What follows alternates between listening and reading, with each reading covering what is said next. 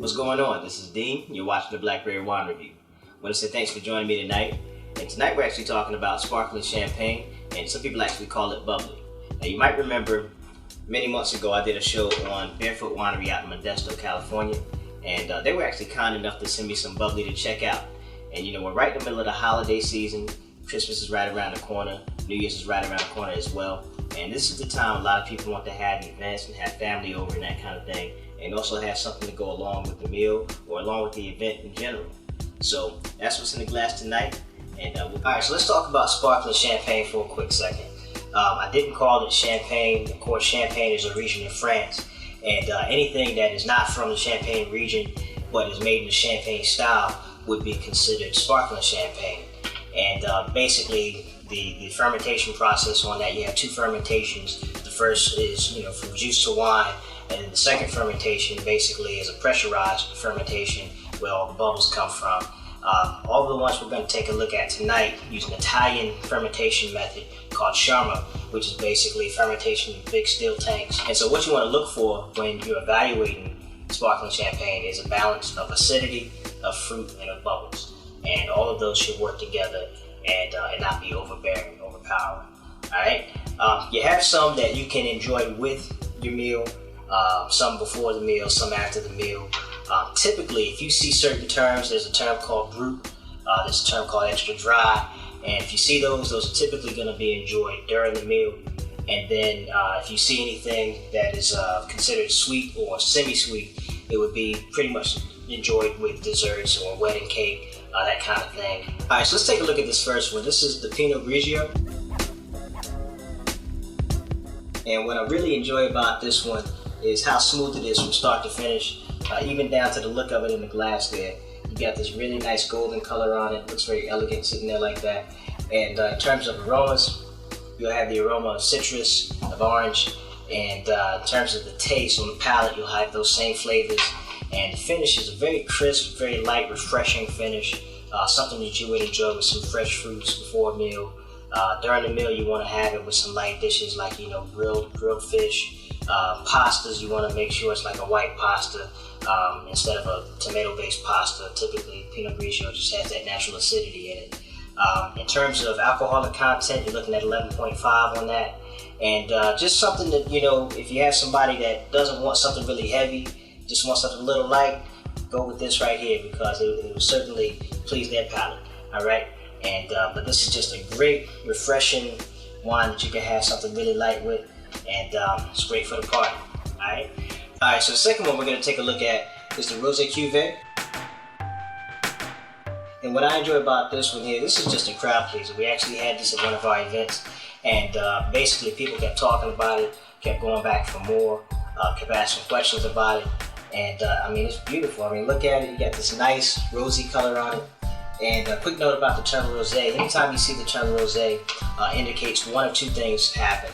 The first thing that could have happened is they could have added some red wine at some point in the process to get the color, or they could have had grape skins be in contact with the juice for a period of time to get the color. In this case, what they did was they actually had contact with the Zinfandel grape skins to get this color here.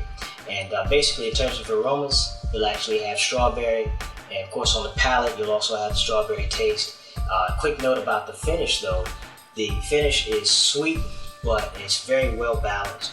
And again, that's one of the components that you want to look at when you're evaluating a good wine in general, is that the flavors all balance each other out, nothing's overpowering, and that's exactly what you have in this glass right here. In terms of alcoholic content, you're looking at 11.5.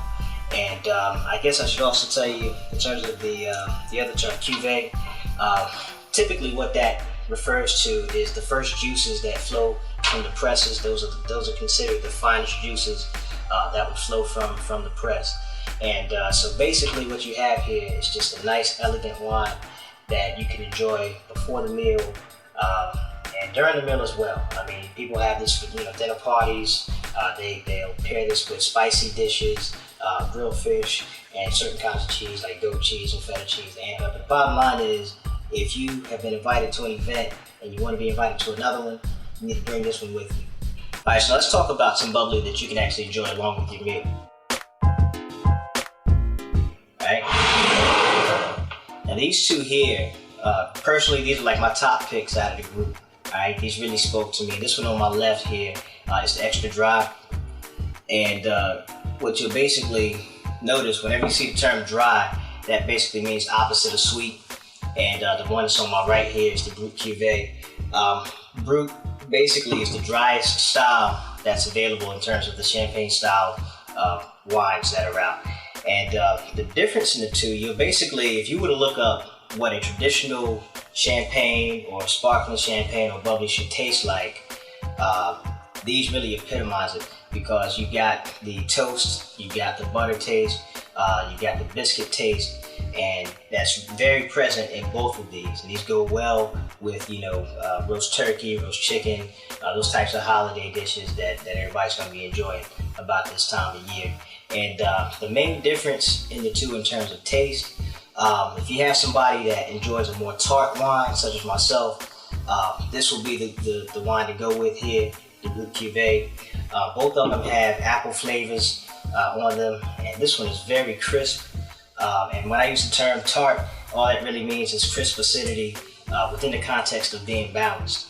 So this one here is very tart. This one here is very clean and just has a very refreshing finish to it. Both of these in the glass may look identical, but of course, knowing that difference between the dry and the Brut will give you some indication of what you're going to get with whatever bottle you pick up that has either one of those terms. So the bottom line is both of these go well with the meal. If you're entertaining somebody who's very traditional with their wines, doesn't like a lot of different flavors in their sparkling champagne, these are certainly be the ways to go. Alright, either one, the extra dry or the Brut Cuvée. Alright, so up until this point, we've taken a look at the Pinot Grigio to get you started off with, the Rosé Cuvée, which is a great party pick. We also took a look at the extra dry and the Brut Cuvée, and both of those go well with the holiday meal. And you remember, the Brut Cuvée is just a little bit more tart than the extra dry, alright? Now, we're not done though. I got something coming up special for the Moscato drinkers out there. I've got a special Moscato show coming up on December 20th, so I'm going to release that on December 20th, so you got to come back and check that out. And basically what I'm going to show you on there is another one of my party picks, and also one that just goes well with desserts, and really how to pick a dessert wine in general. Alright, so thanks for joining me tonight, and I'll see you again on Tuesday night. Come back and check out the show, alright?